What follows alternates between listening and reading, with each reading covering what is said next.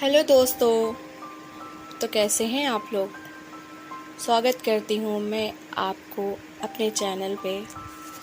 एक दिन एक बुज़ुर्ग डाकिये ने एक घर के दरवाजे पर दस्तक देते हुए कहा, चिट्ठी ले लीजिए। आवाज़ सुनते ही तुरंत अंदर से एक लड़की की आवाज़ गूंजी, अभी आ रही हूँ, ठहरो। लेकिन लगभग 5 मिनट तक जब कोई न आया तब डाकिये ने फिर कहा, अरे भाई, कोई है क्या? अपनी चिट्ठी ले लो, मुझे और बहुत जगह जाना है, मैं ज़्यादा देर इंतज़ार नहीं कर सकता। लड़की की फिर आवाज़ आई, डाकिया चाचा, अगर आपको जल्दी है तो दरवाजे के नीचे से चिट्ठी अंदर डाल दीजिए, मैं आ रही हूँ, कुछ देर और लगेगा। अब बूढ़े डाकिये ने झल्लाकर कहा, नहीं, मैं खड़ा हूँ, रजिस्टर्ड चिट्ठी है, किसी का हस्ताक्षर भी चाहिए। तकरीबन 10 मिनट बाद दरवाज़ा खुला। डाकिया इस देरी के लिए खूब झल्लाया हुआ तो था ही, अब उस लड़की पर चिल्लाने ही वाला था, लेकिन दरवाज़ा खुलते ही वो चौंक गया और उसकी आंखें खुली की खुली रह गईं। उसका सारा गुस्सा पल भर में फुर्र हो गया। उसके सामने एक नन्ही सी अपाहिज कन्या, जिसके एक पैर नहीं थे, खड़ी थी। लड़की ने बेहद मासूमियत से डाकिये की तरफ अपना हाथ बढ़ाया और कहा, दो मेरी चिट्ठी। डाकिया चुपचाप डाक देकर उसके हस्ताक्षर लेकर वहां से चला गया। वो अपाहिज लड़की अक्सर अपने घर में अकेली ही रहती थी। उसकी माँ इस दुनिया में नहीं थी और पिता कहीं बाहर नौकरी के सिलसिले में आते जाते रहते थे।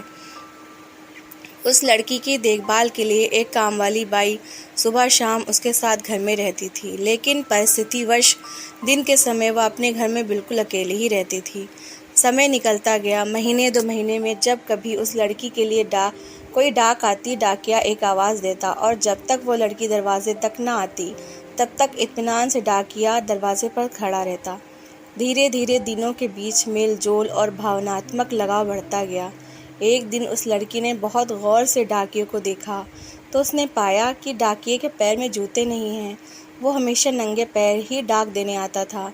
बरसात का मौसम आया। फिर एक दिन जब डाकिया डाक देकर चला गया तब उस लड़की ने जहाँ गीली मिट्टी में डाकिये के पाँव के निशान बने थे, उन पर कागज़ रखकर उन पाँव का चित्र उतार लिया। अगले दिन उसने अपने यहाँ काम करने वाली बाई से उस नाप के जूते मंगवाकर घर में रख लिए। जब दीपावली आने वाली थी, उससे पहले डाकिये ने मोहल्ले के सब लोगों से त्योहार पर बख्शिश चाही, लेकिन छोटी लड़की के बारे में उसने सोचा कि बच्ची से क्या उपहार मांगना, पर गली में आया हूँ तो मुझसे मिल ही लूँ। साथ ही साथ डाकिया ये भी सोचने लगा कि त्योहार के समय छोटी बच्ची से खाली हाथ मिलना ठीक नहीं रहेगा। बहुत सोच विचार कर उसने लड़की के लिए 5 रुपए की चॉकलेट ले लिया। उसके बाद उसने लड़की के घर का दरवाज़ा खटखटाया। अंदर से आवाज़ आई, कौन?